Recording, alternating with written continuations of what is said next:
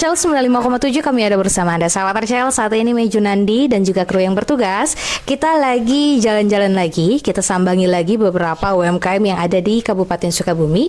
Dan hari ini Mei sudah mendatangi dan alhamdulillah ya, sudah bisa disambut dengan baik. Ada Bu Opi di sebelah kanan Mei. Betul. Ini adalah pengusaha ya, pengusaha UMKM dari Desa Pasir Halang, Kecamatan Sukaraja. Betul. Ibu mic-nya boleh didekatkan ya, biar suaranya kedengeran ya Bu ya.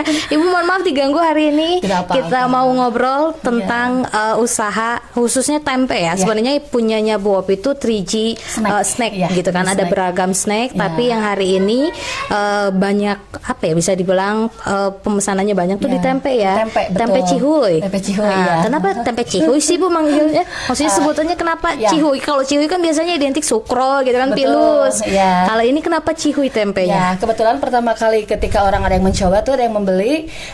Sebelumnya kan ada tuh produk kita makaroni juga. Nah gitu, kita pakai stiker yang ada tuh cihuy juga, kita coba pakai itu dan orang mudah mengingatnya teh. Iya, jadi betul. itu alasannya gitu. Jadi kita mencari nama memang yang mudah diingat orang. Iya, benar-benar ya, betul. Ketika repeat order dia bilang, Pak mau lagi dong tempe cihuynya gitu. Oh iya betul, ada betul-betul mudah diingat dan juga ada gimmick sedikit gitu ya.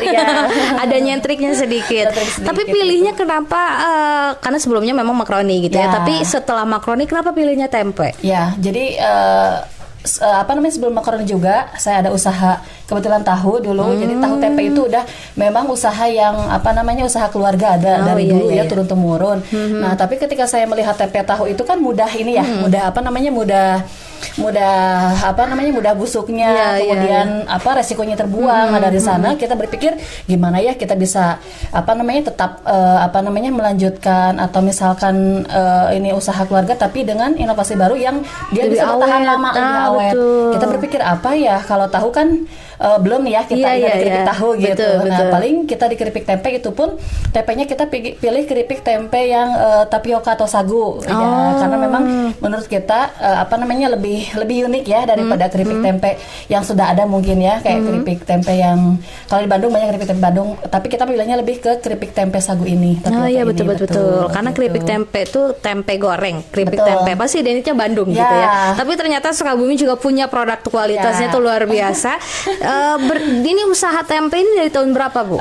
Sekarang jalan 3 tahun ketiga sekarang. Oh udah lama, lumayan berarti ya. 2 tahun pas, cuman menuju ini udah lewat. Berarti ini setelah COVID lah ya. Adanya setelah itu, COVID, lahir tempe cihuy gitu ya. Karena ketika COVID itu kita banyak di rumah kan. Akhirnya betul. Kita stok beberapa makanan gitu kan, snack. Nah, selain kita juga dulu kita punya usaha yang memang berbahan baku kedelai ya. Nah, setelah ini suatu hari kita punya tuh beli tempe, ada juga keripik tempe ini. Kepikiran juga, ini kayaknya ini deh ada bisa ini jadi, sama gitu ya. Bisa jadi ya, bisa yang usaha yang dulu kita geluti itu kan yang basicnya memang kedelai tahu tempe ya, mungkin bisa kita ini juga nih betul. Jadi alternatif lain gitu ya, betul. Gitu. Tapi kalau si resepnya, karena kan tadi juga kita sempat ngobrol di belakang layar, kalau tempe keripik tempenya Bu Opi ini dari awal tempe dari kedelai ya. Jadi bukan beli tempe di pasar diolah jadi keripik tempe. Kenapa? Maksudnya kan orang pasti mikir ribet loh kalau usaha kayak gitu kan ya. Tapi pernah kita coba tuh dulu, pernah kita ya awal kita merintis itu, kita beli kacang kedelai yang sudah jadi ya, yang sudah fermentasi dari pengrajin tempe juga. Nah, setelah kita coba fermentasinya itu kurang maksimal karena masih banyak kulit arinya yang yang terkandung dalam tempenya itu. Nah, setelah itu kita pun berpikir, setelah kita hitung HPP, kalau misalnya kita ngambil dari orang itu nggak masuk gitu. Makanya betul, selain kita juga memilih kedelai yang terbaik, kemudian kita mengolahnya sendiri dengan yang lebih dengan kondisi pencucian yang lebih bersih. alhamdulillah higienis hasilnya gitu ya. juga dapat tempe yang maksimal bagus hasil Luar fermentasinya. biasa. Gitu. Ternyata memang kalau misalkan tangannya tuh udah cocok gitu ya sama usaha itu, dari awal pun ya tetap hasilnya harus yang terbaik gitu ya. Berarti kualitas tempenya juga, keripik tempenya udah teruji ya Bu ya. Secara higienisnya juga karena diolah sendiri gitu kan ya. Terus si kualitas kedelainya pun yang terbaik. Tapi berarti resepnya sendiri juga ya? Sendiri. Mendapatkan resep sampai renyah ini tuh kurang lebih hampir 1 tahun. Oh, prosesnya berarti lama ya? Iya, perjalanannya gitu kan. Maksudnya sampai sesempurna ini gitu kan. Dari ukuran, kemudian dari resep tadi kan, ya 1 tahun itu baru kita menemukan yang dapat di sini gitu ya. Oh, luar biasa. Gitu. Ternyata perjuangan dapat resepnya pun nggak gampang gitu, ya. Iya gitu, yang benar-benar teruji setelah di pasar itu. Ya ini alhamdulillah setelah setahun itu baru kita dapat gitu. Yang kuncinya tuh di sini dari gitu, segi rasa. Nah, betul dari segi rasa. Berarti setahun mah bukan sekali 2 kali lagi gagalnya. 12 setahun pun 12 bulan. Berarti udah berapa kali percobaan gitu kan ya. Terus trial error, trial lagi, coba lagi gitu kan. Setelah hampir setahun baru dapat resep yang memang udah paten gitu. Betul. Dan memang itu otodidak ya. Ya, otodidak sekali. Belajarnya sendiri gitu ya, searching gitu ya. Diolah-olah juga kan ketika kedelainya kemudian bercampur dengan rempah nih gitu kan. Terkadang jadi dari tepung juga jadi keras, kemudian kadang terlalu ini gitu kan, terlalu terlalu keras, atau kalau enggak juga terlalu dia rapuh gitu juga, atau kalau enggak terlalu tebal. Makanya terus ternyata enggak gampang ya. Jadi gampang. ada ukuran tertentu, terus ada kadar tepungnya juga tertentu. Tapi kalau bahan-bahan utamanya selain tempe itu apa berarti? Pakai tepung ya? Ada tambahan kan, ini tempe sagu kan. Tempe sagu. Jadi ada tambahan sagu dan juga campuran tapioka. Jadi dia itu sampai dapat serenyah ini teh, kita tuh ada kan 1:1 ya. Nah, tapi yang satunya itu tepungnya itu kita ada campur juga sagu plus tapiokanya. Kalau misalnya salah juga hasilnya nggak bagus juga. Iya betul. Gitu. Intinya nggak semudah itulah sahabat RCL ya. Dan Bu Opi ini salah satu pengusaha yang udah dapet kuncinya, udah dapet resep yang pas gitu kan ya. Yang memang ternyata peminatnya banyak. Dan kalau dilihat dari kemasannya tuh memang cantik loh ya. Ini tuh ukuran berapa Bu? Itu yang ukuran 175 gram. 175 gram. Nah, penjualannya berarti segede gini kah? Atau ada yang kemasan kecil yang buat ke retail. Oh, ada ke retail. Berarti pemasaran. Oh ya, nanti tolong ya editor ya, tolong dimasukkan, tampilkan untuk yang ukuran retail itu ya. Pemasarannya memang udah kemana aja? Sukabumi Raya, kemudian ke Cianjur Raya. Yang terakhir kali kita mau udah coba masuk ke Karawang, udah kita mau coba masuk udah juga. Keluar kota juga berarti ya, udah beberapa kota. Dan kalau Sukabumi udah semua berarti? Beberapa sudah dimasukin, dan orang tuh kan dari awal mencoba dari awal ya. Nah, dari keluarganya Sukabumi, kemudian ada yang beberapa tuh yang oleh-oleh teh buat oleh-oleh kan. Dan alhamdulillah dari orang pertama beli cuman buat di Sukabumi, dia kan dibawa gitu buat kan ke, ya, katanya betul. buat ke Tangerang, ada yang buat ke Garut, ada yang buat ke mana tuh, Bekasi. Ya ampun, jauh-jauh ya. Yang ada tuh terakhir kemarin tuh yang alhamdulillah udah orang yang mau haji tuh pengen buat tempe ini. Luar biasa. Alhamdulillah berarti ya. Ternyata udah bisa dibawa sampai ke jauh sana. Ke Mekah. Betul. Kan ada Umi siapa ya, saya lupa namanya.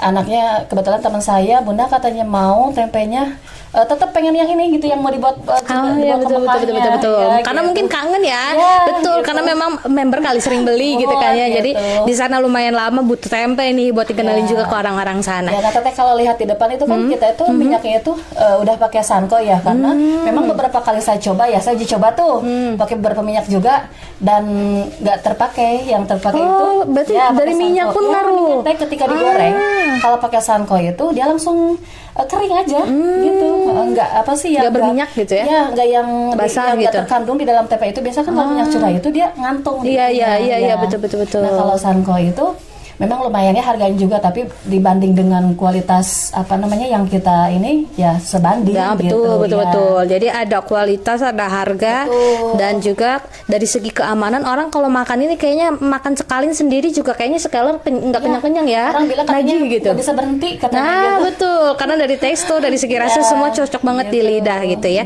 Kalau dari segi rasa ada berapa varian? Karena kan ini ada original tuh ya, sahabat RCL ya. Yang ini ada yang merah gitu. Ini yang pedas untuk saat ini pedas ini ya. Tersedia 2 rasa. Tapi nanti mungkin ke depan kita akan berinovasi kembali untuk mengolah rasa itu. Oh iya, betul. Siapa tahu kan ada rasa yang tidak ada gitu kan ya, jadi ada nantinya gitu kan ya. Tapi kalau selama ini berarti sekarang nih posisi sekarang kalau mau nyari produknya di pasaran berarti ada ya Bu? Ada di beberapa gerai juga ada. Kemudian kalau misalnya mau kalau di sosmed kan saya terteranya tokonya masih di sini ya. Boleh dihubungi di nomor yang tertera aja nanti di kemasan. Iya betul di kemasan ada. Dan juga kalau misalkan mau jadi reseller juga bisa. Bisa banget. Bisa banget. Tinggal datengin alamat di bawah ini. Nanti lah tolong disebutkan. Kalau nomor HP-nya boleh disebutin nggak Bu? Buat pemesanan. 0857 9382 2141. Oke, jadi tertolong ditambahkan di bawah sini ya. Kalau misalkan dari segi harga, itu dari berapa sampai berapa? Karena kan pasti tergantung ukuran ya Bu ya. Betul. Berapa sampai berapa? Untuk harga kita masih bersaing ya. Alhamdulillah masih bisa dengan kemasan ini tuh yang 175 gram. Ini masih bisa didapatkan dengan harga Rp15.000. Murah dong. Di pasaran teteh bisa cek ya. Saya ada tuh lihat yang 140 gram itu dia harganya udah di toko-toko itu udah 22.000. Nah, di saya ini masih bisa Rp15.000. Luar biasa. Kalau mau beli ke tempat langsung di mana alamatnya boleh Bu? Oh boleh. Kebetulan saya ini ada alamatnya di Perum Kanahaya, Blok H nomor 17, Kampung Cisaero, Pasir Halang, Sukaraja. Nanti kalau misalkan bingung-bingung nomor teleponnya aja tadi nomor dihubungi. Teleponnya ada di sini. Ya betul. Bu, kalau misalkan tempenya ini kan memang udah berarti kurang lebih 2-3 tahun ya. Menuju 3 tahun. Sejauh ini udah ada perbantuan dari pemerintah kah, dari dinas atau dari pemerintah desa terkait kemasan gitu? Ya, sejauh ini belum. Cuman terakhir kemarin tuh ini baru ya, belum selesai. Belum tercetak juga tuh dari Telkom itu ada bentuknya dia hibah tapi kita bayarnya setengahnya. Oh gitu, diskon lah ya, diskonan 5%. Misalkan kemasannya itu kalau kita beli normal itu 3.000, nah dari Telkom kalau 100.000 piece berarti 3 juta. Nah kita bayar 1,5 jutanya. Gitu. Luar biasa, berarti sangat membantu ya dari Telkom itu, ya. Cuman belum selesai, saat ini masih dalam proses desain, ya belum tercetak. Tapi mungkin rekan-rekan yang dari Sukabumi sudah ada yang selesai. Kalau saya kebetulan belum selesai. Iya betul, mudah-mudahan sih bisa dipercepat ya. Jadi kemasannya pun, bungkusannya pun bisa lebih bergengsi lah, gitu kan ya. Gitu kan, jadi ajak nongkrong tuh nggak terlalu ini. Nah betul, ada nilai jualnya juga nanti gitu ya. Terakhir Bu, sebelum kita tutup obrolan kita hari ini, ada pesan nggak sih atau sharing ilmu deh buat teman-teman yang baru merangkak usaha di Kabupaten Sukabumi khususnya gitu ya. Ada yang mau disampaikan? Silahkan. Kayak buat para perintis usaha ya, pengusaha, pesan dari saya yang pertama ya, karena saya pelaku usaha juga,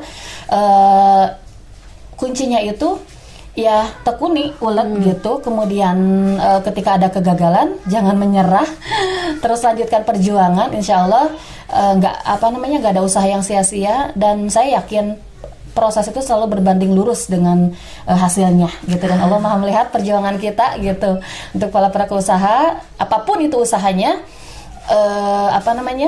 lanjutkan perjuangan. Kemudian ya ketika ada kesulitan ataupun rintangan jangan menyerah, terus lanjutkan. Insya Allah pada akhirnya nanti kita akan menemukan jam-jamnya istilahnya kalau dalam ini ya gitu. Insya Allah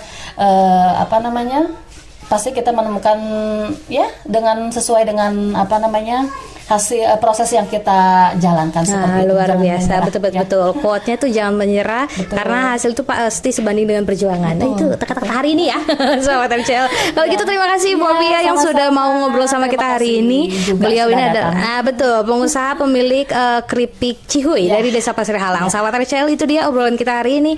RCL 95,7, kami ada bersama Anda.